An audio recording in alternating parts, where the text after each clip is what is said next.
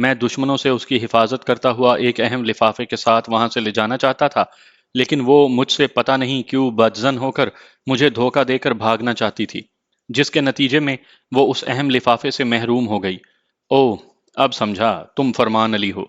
وہ اہم لفافہ تمہارے ساتھی لے گئے اور تم اپنے ایک ساتھی مراد چنگیزی کے ساتھ میرے تعاقب کرنے والے آدمیوں کو اسی طرح بے وقوف بناتے رہے جس طرح انیلا کو بے وقوف بنا کر اس کے ہمدرد بن کر اس لفافے کو اپنے باس کے پاس پہنچا چکے ہو۔ میرا کوئی باس نہیں ہے۔ تم بھی انیلا کی طرح مجھے غلط سمجھ رہے ہو۔ تم ایک پاکستانی محب وطن ہو۔ میں دل سے تمہارا احترام کرتا ہوں، تمہاری ہی طرح ان کا بھی دشمن ہوں جو پچھلی رات انیلا پر حملہ کرنے آئے تھے۔ تم نے پچھلی رات انیلا کے سامنے بھی یہی ڈائلاگ ادا کیے، وہاں دو چار آدمیوں کو فرش پر لٹا دیا اور انیلا کو یہ تاثر دیا کہ تم نے اس کی خاطر دشمنوں کو بے ہوش کیا ہے۔ اپنے دو ساتھیوں کو فلمی ریوالور سے گولیاں ماری، انہیں عارضی طور پر مردہ بنایا۔ اس طرح انیلا کا اعتماد حاصل کر کے تم اس کے ساتھ وہ لفافہ لے جانا چاہتے تھے، لیکن انیلا نے نائٹ چوکیدار کو بے ہوش دیکھ کر سمجھ لیا کہ تم فراڈ کر رہے ہو، لیکن یہاں تک درست تھا کہ اس کے دشمنوں کو بے ہوش کیا، لیکن رات کے وقت چوکیداری کرنے والے کو کیوں بے ہوش کیا؟ میں نے نائٹ چوکیدار کو اس وقت بے ہوش کیا جب یہ جانتا بھی نہیں تھا کہ دشمن انیلا پر حملہ کرنے والے ہیں۔ جب دشمنوں کے حملے سے بے خبر تھے تو انیلا کے بنگلے میں کیوں گھسے تھے؟ تم نے دشمنوں کے لیے راستہ صاف کرنے کی خاطر نائٹ چوکیدار اور گیٹ کے دربان کو بے ہوش کیا تھا۔ تم میرے دوستانہ رویے کو غلط رنگ دے رہے ہو۔ دوست ہو تو زیادہ نہ بولو، صرف وہ لفافہ واپس لے آؤ۔ میں تمہیں کیسے سمجھاؤں کہ وہ لفافہ دشمن لے گئے ہیں؟ ہاں، تم سے ایسے ہی جواب کی توقع تھی۔ وہ لفافہ لے جانے والے تمہیں تنہا سڑک پر چھوڑ گئے، پھر ان کا ایک آدمی مراد چنگیزی تمہیں دوسری کار میں ہوٹل تک لے آیا اور میرے آدمیوں کو آج صبح تک دھوکہ دیتا رہا۔ بس کرو، مجھے یقین ہو گیا کہ تم امیر حمزہ نہیں ہو، کیونکہ امیر حمزہ تمہاری طرح ایسی جاسوسی کہانیاں نہیں سناتا جیسی تم مجھے سنا رہے ہو۔ اب یہ بھی سمجھ میں آ رہا ہے کہ بیچاری انیلا تمہیں اصل امیر حمزہ سمجھ کر دھوکہ کھا رہی ہے۔ انیلا سے تمہیں بہت ہمدردی ہے، کل اس کے بنگلے میں گھس آئے تھے۔ بات کیا ہے؟ بات کیا ہو سکتی ہے؟ میں کنوارا ہوں، کسی بھی حسینہ کے بیڈ روم میں گھس سکتا ہوں۔ برخوردار، ایک بار میرے سامنے آ جاؤ، پھر تمہیں اپاہج بنا دوں گا تو میرے امیر حمزہ ہونے کا یقین بھی آ جائے گا۔ مجھے تمہارا چیلنج منظور ہے۔ تم جہاں بھی مجھ سے مقابلہ کرنا چاہو وہاں صرف ایک شرط پر مجھے بلاؤ، میں ضرور آؤں گا۔ تمہاری شرط کیا ہے؟ تم اپنے ساتھ انیلا کو لاؤ گے تاکہ میں تمہارا کام تمام کر کے اس بیچاری کو اصل امیر حمزہ تک پہنچا دوں۔ مجھے تمہاری شرط منظور ہے، میں انیلا کو ساتھ لاؤں گا۔ تو پھر بولو، کہاں مردانگی کے جوہر دکھانا چاہتے ہو؟ آج شام 5 بجے ہائیڈ پارک میں کہیں بھی ہمارا سامنا ہو سکتا ہے۔ It is done. یہ کہہ کر میں نے فون بند کر دیا۔ مراد میرے کان سے کان لگا کر تمام باتیں سن رہا تھا اور پھر اپنی کرسی پر آ کر بیٹھ گیا۔ اپنے لیے ایک پیالی چائے اور بناتے ہوئے بولا، جتنی گفتگو ہو چکی ہے اس کا تجزیہ کرو۔ تجزیہ کیا کروں؟ اس نے مجھے چیلنج کیا ہے۔ آج شام اسے آٹے دال کا بھاؤ معلوم ہو جائے گا۔ کیا اس طرح تجزیہ ہوتا ہے؟ ذرا سنجیدگی سے خاموش رہ کر غور کرو۔ ایک اہم لفافہ اس کے ہاتھ سے نکل چکا ہے۔ اس کی فوٹو اسٹیٹ کاپیاں اس کے پاس ضرور ہوں گی۔ وہ تم سے مقابلہ کر کے اس لفافے کو حاصل نہیں کر پائے گا اور نہ ہی اس لفافے کے لیے افسوس کر رہا ہوگا۔ تمہیں تیش دلا کر بلانے کا مقصد یہ ہو سکتا ہے کہ وہ پہلے تمہاری صورت شکل سے تمہیں پہچانے گا، تمہارے سامنے نہیں آئے گا۔ وہ بہت ذہین ہے، عارضی طور پر بزدل بن جائے گا۔ تم اس کے انتظار سے مایوس ہو کر وہاں سے جہاں بھی جاؤ گے اور آئندہ جو کچھ بھی کرتے رہو گے اس پر وہ اور اس کے جانثار نظر رکھیں گے۔ وہ ایک گھونٹ چائے پی کر بولا، ہماری نگرانی کرنے سے ہو سکتا ہے کہ اس کی غلط فہمی دور ہو جائے۔ ہمارا تعلق نیک بخت اور خفیہ ایجنسی سے نہیں، لیکن اس دوران میں شمشیر سنگھ کالیا اور بھیما سے ہمارا ٹکراؤ ہو گیا اور یکے بعد دیگرے دشمنوں سے مقابلہ ہوتا رہے گا تو امیر حمزہ یہ سمجھے گا کہ ہم دونوں اسی خفیہ ہاتھ کی ایجنسی تنظیم کے لیے اپنے دشمن تک پیدا کرتے جا رہے ہیں۔ لہٰذا اس اہم لفافے کو ہم ہی نے اس خفیہ ہاتھ تک پہنچایا ہے۔ غلط فہمیاں شیطان کی آند کی طرح بڑھتی چلی جاتی ہیں۔ کیا تم سمجھ رہے ہو کہ کسی سے گفتگو کرنے یا اس سے ملاقات کرنے کے بعد اس کے بارے میں کیسے تجزیہ کیا جاتا ہے؟ آپ مجھے اچھی طرح سمجھا رہے ہو اور میں سمجھ بھی رہا ہوں، لیکن اس نے چیلنج کیا ہے۔ کرنے دو۔ تم وہاں نہیں جاؤ گے تو بزدل نہیں بن جاؤ گے۔ انیلا تمہیں پہچانتی ہے، لہٰذا تم شام کو یہیں آرام کرو گے۔ میں وہاں جاؤں گا۔ میں نے اس کی باتوں پر غور کیا۔ وہ بڑا جہاں دیدہ تھا، خوب سوچ سمجھ کر قدم اٹھاتا تھا۔ انیلا اور امیر حمزہ اسے چہرے سے نہیں پہچانتے تھے، لیکن اس نے پچھلی رات ان دونوں کو 5 اسٹار ہوٹل میں دیکھا تھا۔ میں نے اس سے کہا میں آپ کی تمام ہدایات پر عمل کرتا ہوں، اس ہدایت پر بھی عمل کروں گا، ہائیڈ پارک نہیں جاؤں گا، لیکن مجھے یہاں آرام کی ہدایت نہ کریں، میں کہیں اور جاؤں گا۔ ٹھیک ہے۔ ریڈی میڈ میک اپ اس کے ذریعے چہرے پر تھوڑی سی تبدیلی کر کے باہر نکلو۔ لندن میں اب تک صرف انیلا تمہیں چہرے سے پہچانتی ہے۔ شام کے بعد جب تم انہیں نہیں ملو گے اور وہ امیر حمزہ کے ساتھ کہیں شاپنگ کرنے یا ڈنر کے لیے جائے گی تو اتفاقاً اس سے سامنا ہو سکتا ہے۔ تمہیں محتاط رہنا چاہیے۔ وہ مجھے ریڈی میڈ میک اپ، عارضی فیشل میک اپ اور مستقل سرجری اور ماسک میک اپ کے بارے میں بہت کچھ سکھاتا رہتا تھا اور میں کامیابی سے سیکھتا رہتا تھا۔ میں شام کو اس سے پہلے ہی تفریح کے لیے باہر چلا گیا۔ میرے جاتے ہی چنگیزی نے اوورسیز کال پر گاڈ فادر ہاشم جان سے رابطہ کیا، اسے وہاں کے مختصراً حالات بتائے، پھر کہا امیر حمزہ سیاسی حوالوں سے ہمارے پاک وطن کا ہیرو ہے۔ میں نہیں چاہتا کہ وہ آپ کے بھانجے فرمان علی سے ٹکرائے۔ لندن میں آپ کا جو پلان میکر ہے اسے حکم دیں کہ دونوں کی غلط فہمیاں دور کرے، ورنہ آپ جانتے ہیں کہ امیر حمزہ اپنی ذہانت کو آزمائے گا تو فرمان کو زبردست نقصان پہنچے گا۔ اگر فرمان نے اپنی جسمانی قوت آزمائی تو امیر حمزہ کو نچوڑ کر رکھ دے گا۔ دونوں صورتوں میں ہمارا اور ہمارے ملک کا نقصان ہے۔ گاڈ فادر ہاشم جان نے کہا میں ابھی اس سلسلے میں کچھ کرتا ہوں، تب تک تم اپنی حکمت عملی سے ان دونوں کو ایک دوسرے سے دور رکھو۔ ہاشم جان نے رابطہ ختم کر دیا۔ مراد نے انیلا کا فون نمبر ڈائل کیا، رابطہ ہونے پر انیلا کی آواز سنائی دی۔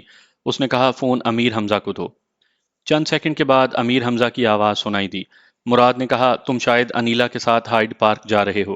شاید کا لفظ اس لیے استعمال کیا ہے کہ تم اپنی محبوبہ کو خطرات سے دوچار کرنے کے لیے اسے وہاں نہیں لے جاؤ گے اور خود وہاں جانے کی نادانی نہیں کرو گے۔ تم ایک دانش مند بزرگ کی طرح بات کر رہے ہو، اپنا تعارف کرواؤ۔ تعارف نام سے نہیں اچھے کام سے ہوتا ہے۔ تم فرمان علی کو خفیہ ہاتھ کا یا کسی خفیہ ایجنسی کا کارندہ سمجھ رہے ہو، یہ تمہاری غلط فہمی ہے، اور اگر وہ خفیہ ایجنسی سے تعلق رکھتا ہے تو تم اچھی طرح سمجھتے ہو کہ ہائیڈ پارک میں خفیہ ایجنسی کے درجنوں کارندے فرمان کی حفاظت کے لیے اور تمہیں موت کے گھاٹ اتارنے کے لیے پہنچ چکے ہوں گے۔ تم کیسے جانتے ہو کہ میں فرمان سے ہائیڈ پارک میں ملاقات کرنے والا ہوں اور میرے ساتھ انیلا بھی ہوگی؟ میں تمہارے کئی سوالوں کے جواب اس لیے نہیں دوں گا کہ تم ایک محب وطن پاکستانی ہو اور ہم جرائم کی دنیا میں رہتے ہیں۔ آخر اپنی اصلیت بتا دی کہ تمہارا تعلق جرائم پیشہ افراد سے ہے۔ ہماری ہائیڈ پارک میں ملاقات کرنے والے صرف وہی جان سکتا ہے جو فرمان کے ساتھ رہتا ہے۔ تم مراد چنگیزی ہو، مجھے کوئی سا بھی نام دے دو، مگر اس بات کا یقین کر لو کہ کسی بھی آزمائش کی گھڑی میں ہم تمہارے لیے جان دے سکتے ہیں، لیکن تمہاری جان سے کھیل کر اپنے وطن کو نقصان پہنچانے والی بات سوچ بھی نہیں سکتے۔ اسی لیے فرمان میرا کام تمام کرنے ہائیڈ پارک میں ملنا چاہتا ہے۔ یہ کہہ کر وہ کہے لگانے لگا۔ مراد نے کہا تمہاری طرح فرمان بھی غلط فہمی میں مبتلا ہے۔ میں تم دونوں کی غلط فہمیاں… وہ کہتے کہتے رک گیا۔ دوسری طرف سے کہے رکنے کے باعث پتا چلا کہ امیر حمزہ نے فون بند کر دیا ہے۔ اس نے دوبارہ نمبر ڈائل کیے۔ رابطہ ہونے پر اسے مخاطب کیا۔ وہ بولا خواہ مخواہ وقت ضائع نہ کرو۔ اگر تم اور فرمان سچے ہو، مسلمان ہو، پاکستانی ہو، تو جو لفافہ لے گئے ہو اسے واپس لے آؤ۔ زبان سے نہیں عمل سے سچائی ثابت کرو، دیٹس آل۔ یہ کہتے ہی اس نے فون بند کر دیا۔ انیلا نے کہا کچھ سمجھ میں نہیں آتا، فرمان نے تمہیں چیلنج کیا ہے اور یہ مراد تم سے محبت اور دوستی جتا رہا ہے۔ کیا ان کی چالیں سمجھ میں آتی ہیں؟ مجھ جیسے کو ٹریپ کرنے کے لیے طرح طرح کے ہتھ کنڈے آزمائے جاتے ہیں۔ فرمان میرے لیے زہریلی چھری اور مراد میٹھی چھری بن رہا ہے۔ انیلا نے پوچھا اور تم ان کے لیے کیا بننا چاہتے ہو؟ قربانی کا بکرا۔ کیا مطلب؟ میں نے فرمان کی باتوں سے اندازہ لگایا ہے وہ اناڑی اور جذباتی ہے۔ تم اسے پہچانتی ہو اس لیے وہ بھیس بدل کر ہائیڈ پارک آ سکتا ہے۔ وہ جرائم پیشہ لوگ ہیں، فرمان وہاں تنہا نہیں ہوگا۔ ظاہر ہے پوری تیاریوں کے ساتھ آئے گا، لیکن میں بارات لے کر نہیں جاؤں گا۔ انیلا نے حیرانی سے پوچھا یعنی کہ ہم وہاں جا رہے ہیں؟ امیر حمزہ نے مسکرا کر کہا جب بارات نہیں جائے گی تو دلہن بھی نہیں جائے گی۔ تم میرے دستے راست رضا ربانی کے ساتھ نئی خفیہ رہائش گاہ میں جاؤ، میں بعد میں آؤں گا۔ وہ پریشان ہو کر بولی پلیز ہائیڈ پارک نہ جاؤ۔ وہ دروازے تک گیا، پھر پلٹ کر بولا میرے ساتھ زندگی گزارنا چاہتی ہو تو کسی بھی لمحے بیوہ بننے کے لیے تیار رہا کرو۔ یہ کہہ کر وہ دروازہ بند کرتا ہوا چلا گیا۔ دوسری طرف مراد چنگیزی نے فون کے ذریعے ایک ماتحت سے رابطہ کر کے پوچھا فرمان کی نگرانی ہو رہی ہے؟ ہو رہی تھی مگر اچانک وہ کہیں گم ہو گیا ہے۔ کیا بکواس کر رہے ہو؟ کہاں گم ہو گیا؟ کیسے گم ہو گیا؟ کیا تم سب اندھے ہو گئے تھے؟ جناب وہ ایک بہت بڑے سٹور کے سامنے ٹیکسی رکوا کر اندر گیا تھا، ہم نے سمجھا واپس آئے گا۔ جب دیر ہو گئی تو ہم نے ٹیکسی ڈرائیور کے پاس پہنچ کر پوچھا تمہاری ٹیکسی میں آنے والے صاحب کہاں ہیں؟ اس نے کہا صاحب نے انتظار کرنے کو کہا ہے مگر آدھا گھنٹہ گزر چکا ہے، پتہ نہیں کب واپس آئیں گے۔ ہم نے جنرل سٹور کے گراؤنڈ فلور اور فرسٹ فلور پر تلاش کیا مگر وہ نظر نہیں آئے، اب تو 1.5 گھنٹہ گزر چکا ہے۔ وہ جنرل سٹور کے پچھلے راستے کہیں گئے ہوں گے۔ مراد چنگیزی نے فوراً ہی اپنی جگہ سے اٹھ کر فون بند کرتے ہوئے کہا او خدایا، فرمان ضرور ہائیڈ پارک گیا ہوگا۔ وہ فوراً ہی باہر آیا پھر اپارٹمنٹ کو لاک کر کے جانے لگا۔ سڑک کے کنارے ٹیکسی نظر نہیں آ رہی تھی اور دماغ چیخ کر پوچھ رہا تھا کہ دو پہاڑ ٹکرائیں گے تو کیا نتیجہ نکلے گا۔ اکرام شاہ نے اپنے تمام ذرائع اختیار کر کے یہ ثابت کرنا چاہا کہ مراد علی اور تابانی دہشت گرد نہیں بلکہ اس کے معزز مہمان ہیں۔ اکرام شاہ نے اپنے پارٹی لیڈر کاشف اکبر کو دھمکی دی تھی کہ مراد اور تابانی پر سے الزامات ختم نہ کیے گئے تو وہ نیک بخت کی پارٹی میں چلا جائے گا۔ کاشف اکبر نے اپنے مشیروں اور وکیلوں کے ذریعے پولیس اور انٹیلیجنس والوں کو الزام دیا کہ انہوں نے اکرام شاہ جیسے ایم این اے کے گھر کسی وارنٹ کے بغیر چھاپا مارا تھا اور جمشید نامی ایک ایسے جوان سراغ رساں کے ذریعے کوٹھی میں گھس کر ضروری دستاویزات کے علاوہ لاکھوں روپے کے زیورات اور نقدی لے گئے تھے۔ یہ سب کچھ ذاتی دشمنی کی بنا پر کیا گیا تھا۔ ذاتی دشمنی یہ تھی کہ جمشید ایم این اے کی چھوٹی بیٹی فری سے شادی کرنا چاہتا تھا۔ یہ رشتہ منظور نہ کرنے کے باعث وہ دشمن بن گیا تھا۔ اس نے اچانک پولیس کارروائی کر کے اکرام شاہ کے معزز مہمانوں کو دہشت گرد ثابت کرنے کے لیے جھوٹ موٹ کا اسلحہ اور بم برآمد کیے۔ یہ ساری کارروائی یک طرفہ ہوئی۔ اس کیس کا کمزور پہلو یہ تھا کہ انٹیلیجنس ڈپارٹمنٹ میں جمشید زیر تربیت تھا۔ تربیت کے دوران میں اس کی کارکردگی ہمیشہ عمدہ رہی تھی، اس لیے ڈائریکٹر جنرل کے حکم پر جمشید کی رہنمائی میں اکرام شاہ کی کوٹھی پر کارروائی کی گئی تھی، جبکہ جمشید کو کسی بڑے یا چھوٹے عہدے پر فائز نہیں کیا گیا تھا۔ 4 ماہ کے بعد تربیت کی تکمیل کے بعد اسے کوئی عہدہ ملنے والا تھا۔ اس خلاف اصول عمل کو جمشید اور اکرام شاہ کی دشمنی کا رنگ دے کر کیس کو کمزور بنایا جانے لگا۔ ان تمام پولیس اور انٹیلیجنس والوں پر عطاب نازل ہونے والا تھا۔ کسی کو ٹرانسفر کر دیا جاتا اور کسی کو ملازمت سے فارغ کر دیا جاتا اور وہ دونوں دہشت گرد مراد اور تابانی باعزت طور پر بری کر دیے جاتے۔ اس وقت ایک چال چلی گئی۔ ان دونوں کو مجرم ثابت کرنا لازمی ہو گیا تھا، اس لیے ایسی چال چلی گئی کہ مراد حوالات سے فرار ہو گیا۔ تمام تھانوں میں اس کے فرار ہونے کی اطلاع دی گئی۔ اعلیٰ افسران کو تسلیاں دی جاتی رہیں کہ مفرور مراد کا تعاقب کیا جا رہا ہے۔ پھر بڑی دیر تک تجسس پیدا کرتے رہنے کے بعد اطلاع دی گئی کہ کاؤنٹر فائرنگ میں مراد نے ایک سپاہی کو گولی مار کر ہلاک کر دیا تھا، اس لیے مجبور ہو کر مراد کو بھی گولیوں سے چھلنی کیا گیا ہے۔ جب سپاہی کی لاش شہر کے تھانے میں لائی گئی تو اکرام شاہ کا سر جھک گیا۔ جس مراد کو وہ بچانا چاہتا تھا وہ مجرم ثابت ہو گیا اور جمشید کے حکم پر سپاہیوں نے مراد کے دونوں گھٹنوں اور ٹانگوں پر اتنی گولیاں برسائی تھیں کہ اس کا آدھا دھڑ نیچے سے مردہ ہو چکا تھا اور آدھا دھڑ اوپر سے ابھی زندہ تھا۔ اسے ہسپتال پہنچایا گیا تھا۔ انٹیلیجنس کے ڈی جی نے ڈاکٹروں سے کہا تھا کہ پوری محنت اور لگن سے آپریشن کیا جائے، اس زخمی کو مرنا نہیں چاہیے۔ اکرام شاہ اپنے مقصد میں ناکام رہا تھا۔ ڈائریکٹر جنرل نے سختی سے کہا تھا کہ وہ مراد اور تابانی سے ملنے کے لیے ہسپتال نہ جائے۔ وہاں اتنا سخت پہرا لگایا گیا تھا کہ اکرام شاہ کسی پولیس والے کو رشوت دے کر بھی اپنے کسی بندے کو تابانی کے پاس نہیں بھیج سکتا تھا۔ جمشید یہی چاہتا تھا کہ تابانی کو ابھی مراد کے زخمی اور اپاہج ہونے والی بات معلوم نہ ہو۔